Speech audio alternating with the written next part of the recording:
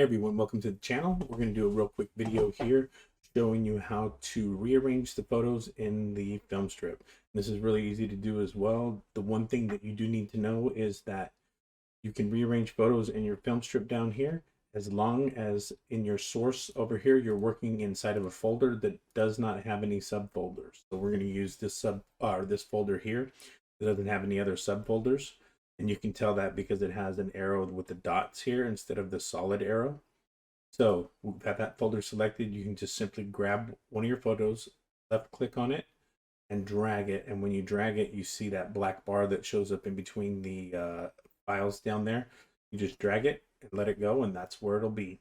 And like pretty quick there. So you guys, if you want to see how to show and hide your ratings inside of the Filmstrip here, click on the card that pops up on the top, and we'll see you on the next one. Please, if you like it, subscribe below, and thank you.